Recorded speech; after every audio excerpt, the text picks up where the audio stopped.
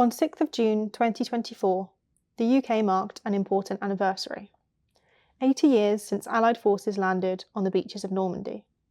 Their mission was to invade Nazi-occupied France and begin the liberation of Europe. To mark the occasion, the REME Museum began a mission of our own. We set out to follow REME units from the landings in France on D-Day, across northwest Europe to Germany, where the war in Europe ended on VE Day on 8th of May 1945. Over this past year, our team have scoured the archives, researched the stories of soldiers, and spent countless hours linking the movements of units with the events of the time, all to piece together the REME story from D-Day to VE Day.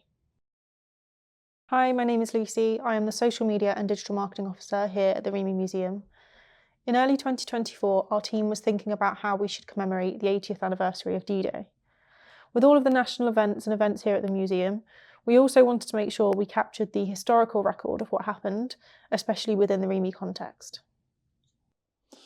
My name is Steve Colling. I'm the historian here at the REME Museum and Archives at Lynham.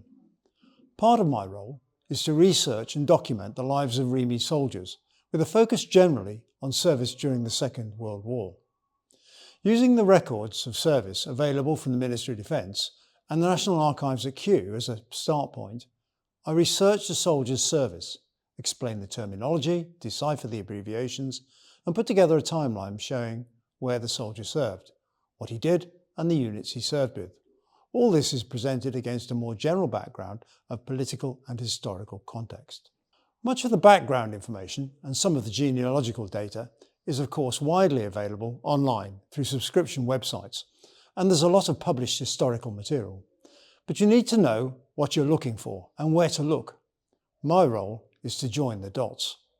My own service in REME has given me the background understanding of the way the REME works within the broader context of the Army. The general principles haven't much changed since the Corps was formed in 1942. I also have access to a growing collection of books and other publications held here in the REME archives. My other task is to manage the REME Died in Service database. It theoretically lists all REME soldiers who died while serving the Crown. The database has over 4,200 entries, of which about half died during the Second World War. The remainder is accounted for by the many so-called small wars and operations, including Korea, Malaya, Suez, Cyprus, Northern Ireland, as well as the more recent operations in Afghanistan and Iraq. Those named include those dying as a result of illness and road traffic accidents at home and overseas, including in Germany. We also remember the few who have committed suicide. Hello, I'm Zoe. I'm the Assistant Archivist. I'm kept busy day to day with a range of activities, but my job can mainly be summarised as making the archives accessible, whether that's to the REME family or simply interested public, and looking after them so that future generations can access them as well. As part of this, I was brought in on the Death in Service project started back in 2022. We wanted to run some basic data validation, since the database is only as good as those who inputted the information, as well as adding photographs of the gravestones and updating the physical display in the Remembrance Gallery in the museum. The data validation is an ongoing project with multiple levels, but our lovely volunteer Chris has completed the first and main run-through, which compared the database entries with the original death notice cards for World War II and corrected any spelling mistakes or other minor errors. We also had a fun time working out some of the abbreviations and acronyms for units to make them more understandable for those without a military background. As for photographs, we've had a good uptake from the public so far and have recently added 600 or so to the gallery display. Hopefully we continue to get more, and I'll have more updates to do each year. Our collection of gravestone photographs includes one of Corporal John Patterson. He landed on Gold Beach with 24 Beach Recovery Section, but sadly died on D-Day and is buried at Bayeux War Cemetery. His relatives sent us a photograph of the original grave marker and also sent a photograph of John, which inspired us to expand the project further, to include a personal photograph as well as a gravestone one. This is a bit more challenging, but we've had some success so far. We've also been able to piece together part of John's story, despite not having access to his record of service. The decision to create this public campaign came from wanting to capture and share as much information as possible about REME units and individuals who fought on from D-Day until the end of the war in Europe. To us, that means remembering who they were and what they did, and of course paying tribute to those who died along the way. For this reason, we limited it to the North West Europe campaign to make sure we could keep up and do their story justice. By the end of World War II, REME was one of the largest corps in the British Army. From individual personnel or LADs attached to other units on the front lines, to completely independent base workshops where they could fully refurbish vehicles or manufacture their own spare parts, REME were involved everywhere and at every level, and so tracing any movements requires a lot of different sources. So firstly, for example, we have this excellent report for REME and 21 Army Group, which gives the higher level overview of REME's activities in Northwest Europe. It's made up of 5 volumes, but the first one is what gives us our movements. The rest are slightly more concerned with technical outputs and developments. It also unhelpfully is not indexed by unit, so to find any information on specific events and who was there, you do just have to go through and read it. Now, 21 Army Group was actually made up of 2 armies and 5 corps, which in turn comprised 18 different divisions, 11 brigades, and other troops alongside. And those formations all have smaller units within them too. So as well as our high-level report, we also have material for units moving down this formation hierarchy. For example, we have this report, A Short History of REME and 30 Corps, which covers their activities from the Normandy landings to the advance in Arnhem and onwards to the Rhine crossings, all in far more detail than the 21 Army Group one does. Within 30 Corps, we then have 2 excellent pieces from 43rd Div, and these go into very specific details of events, even sometimes naming individuals that were involved, that there simply wouldn't be space for in the higher report.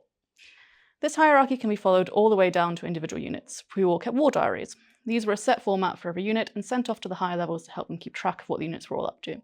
But they're incredibly detailed about activities and locations. For the most part, these are actually held at Kew in the National Archives, but we do have a few copies here which we can access. Beyond the unit war diaries, another source we can use are personal diaries and recollections. We have a collection in the archives of diaries written at the time, letters to family members, memoirs sort of reconstituted later, and even some oral histories, which all help to fill in the gaps of the official reports and give a more personal view to what REME personnel were going through at the time. We obviously don't have reports for every unit at every level, but we've done our best to comb through all the different sources we have to piece together as much information as we can to REME's many contributions.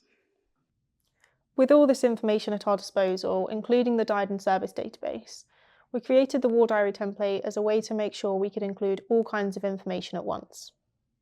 We hope viewers would agree that this helped us make it more readable and easier to understand when picking up the information on a day-by-day basis, as we followed the campaign over this time period. This was also key to making sure we would be able to report every single death on or as near to the date of their death as possible, associating where we could to the context of why they might have died, or at least the events surrounding the time of their death. Throughout the campaign, we have been able to cover a number of key event anniversaries, including one that, while technically not within this area of Northwest Europe, did impact on operations taking place and is a major event in REME history. Shortly after D-Day, REME suffered its largest loss of life in a single event. A V-1 flying bomb en route to London was brought down either by flak or was toppled. It fell on 6th Guards Tank Brigade workshop at Newlands Stud Farm, Charing in Kent, and killed 52 REME tradesmen. We decided to include this tragic incident in our D-Day to VE Day campaign because the workshop was about to deploy to Normandy.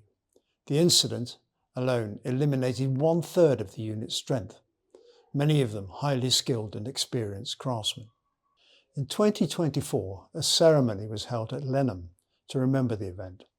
David Hudson and James Hatt were represented, and relatives passed on copies of their photographs and papers, which have been added to our collection. Over the years, we've built up a collection of material surrounding events at Charing in 1944, much of which is probably unique. Later key events in the Northwest Europe campaign included Operation Market Garden, namely the ground and air invasion of the Netherlands, the crossing of the River Rhine, the British liberation of Nazi concentration camp Bergen-Belsen, and of course, the ceasefire and V-Day. We covered them all with as much information as we could gather in the time from the sources we have available. We also tried to keep up with the ever-expanding lines of communication and the impact on REME workshops' ability to repair and service equipment all the way from France to Germany. The Commonwealth War Graves Commission website records the final resting place of soldiers who died during the 2 World Wars. The CWGC also look after many graves of soldiers who have died since World War II. But the information, including the location of the graves, is not available online. Regimental Headquarters REME here at Lyneham are informed of all in-service deaths and the information is passed on to the museum. However, the final resting place is not always recorded. So there are many graves bearing a CWGC headstone remembering REME soldiers, but the location of the stone is not known to us.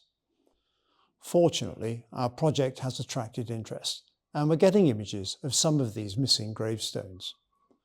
Of course, many burials took place overseas. Some grave sites are located in troubled areas and are difficult to access, but most grave sites are not. We're hoping our friends will bear this in mind when travelling abroad, particularly in Northwest Europe, Italy and the Far East. We need you to send good quality images and give us permission to store and use them. Thank you for joining us on this journey, for supporting us by sharing, commenting and liking the posts, for continuing to read the diaries and remember the men we lost. 80 years on, we remember them, all of them, from D-Day to VE Day and beyond.